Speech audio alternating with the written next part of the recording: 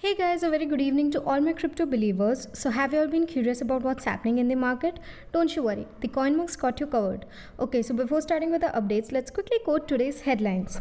Israel proposes new AML rules for crypto service providers.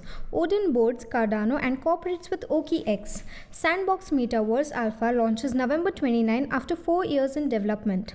Investing corporate cash to cryptocurrency doesn't make sense, Twitter CFO. So, let's start up with the refresh feed.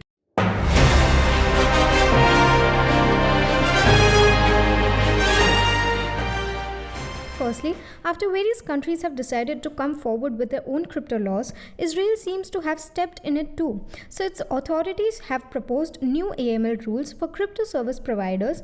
Rules everywhere. This is a good step though. Nobody would want some unauthorized IRG in their country. Let's move on to our inscription. New anti-money laundering guidelines adopted by the Israeli Money Laundering and Terror Financing Prohibition Authority are now expecting to be followed by digital currency service providers in Israel. Crypto asset service providers and fintech will be subject to standardized reporting regulations under the new provision, which are in line with Europol's earlier proposals. Moving forward, crypto companies will be needed to obtain licenses in order to cooperate in the country, a move that experts believe is important to support the country's growth. According to reports, the country's regulators are now considering a number of applications that have yet to be authorized. According to the Jerusalem Post, citing Shlomit Wegman, director of the IMPA, the new AML guidelines will help more systematically prevent terrorist financing and criminal combat operations associated to these new products. The implementation of the legislation represents significant progress for the Israeli economy, the fintech industry, and improving financial competitiveness in order to deliver better services to the public, she said. Across the board, the adoption of digital currencies is increasing among both retail and institutional investors. While the IMPA rules will help combat criminal irregularities in Israel, the regulator advises those transacting with digital currencies to do so with exchanges or trading platforms regulated in their various jurisdictions. It is recommended to trade only with entities that are licensed and subject to anti-money laundering regulations by the English FCA or NYSDFS BIT license if you want to put money back into the country's financial system, said Tomer Raved, CEO and founder of Blockstacks, which provides regulatory services to crypto investors. For taxation and other compliance purposes, the new rules will force exchanges to monitor crypto transactions and record all transactions. So moving forward with our next segment, Odin has been looking forward to partnering with Cardano and OKX, and interestingly, people have been looking forward to this partnership. I mean, they've anticipated some exciting benefits. Have you too? Let's find out. Odin is a trading platform with a wide range of features that will appeal to a variety of merchants. New traders will benefit from learning from more experienced traders, while algorithmic traders will be able to host their bots, which are simple to construct and do not require code. Targeting a specific audience, monetizing content, copy exchanging, personal landing pages, and more features will be available through Odin. Odin has been busy lately forming strategic partnerships that are critical to the project's success and the protocol's efficiency. Odin's aims to make the protocol's trading capability as streamlined and smooth as possible have led to a cooperation with OKX and Cardano, which will give many benefits to Odin users.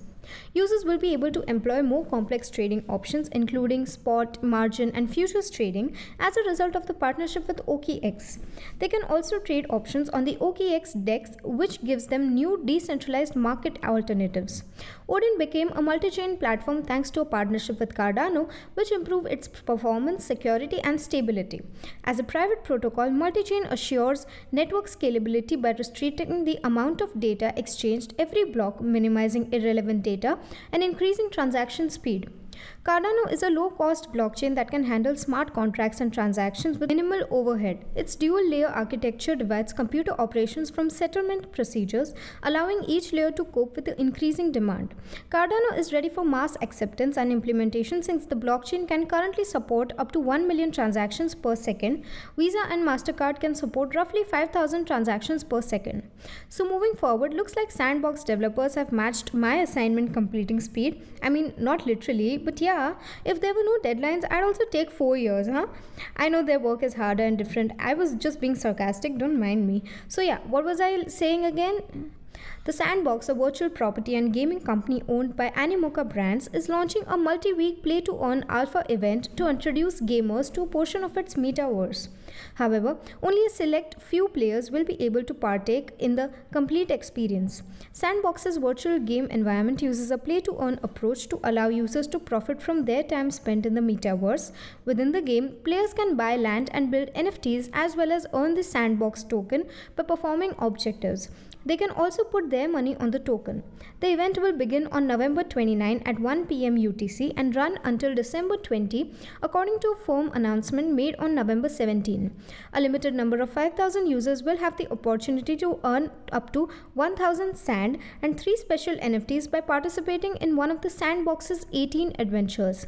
The 3 limited edition NFTs will be available just at the event. They'll include a medieval style gate, a blue and black dragon, and a long sword, all of which can be used in the Sandbox metaverse.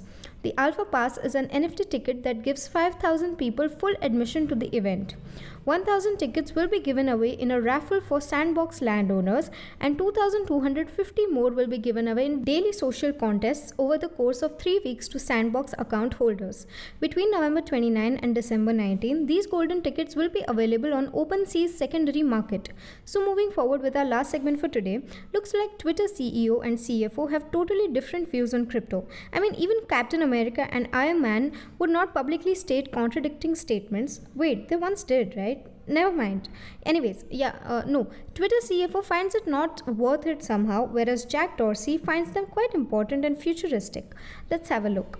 While businesses are considering buying digital assets like Bitcoin to boost their cash reserves, Twitter's chief financial officer Ned Segal disagrees. Because of the significant volatility associated with such assets and the industry's absence of accounting norms, Segal stated in an interview on Monday, November 15, that investing some of Twitter Inc.'s corporate capital in cryptocurrencies does not make sense right now. We'd have to adjust our investment philosophy and choose to own more volatile assets, Segal said, adding that the company prefers to maintain less volatile assets like securities on its balance sheet. Segal discussed a prevalent issue among finance executives, with several citing the vulnerability of crypto assets as one rationale for not using them for corporate ventures. Segal, who has led the firm's finance function since 2017, indicated earlier this year that the corporation had looked into cryptocurrencies based on Bitcoin's use. According to Segal, in order for Twitter to invest in crypto assets, it would have to amend its current investment standards, which only enables the company to maintain stable assets such as securities on its balance sheet. That is a different set of decisions we would have to make if we were to own cryptocurrencies on our balance sheet.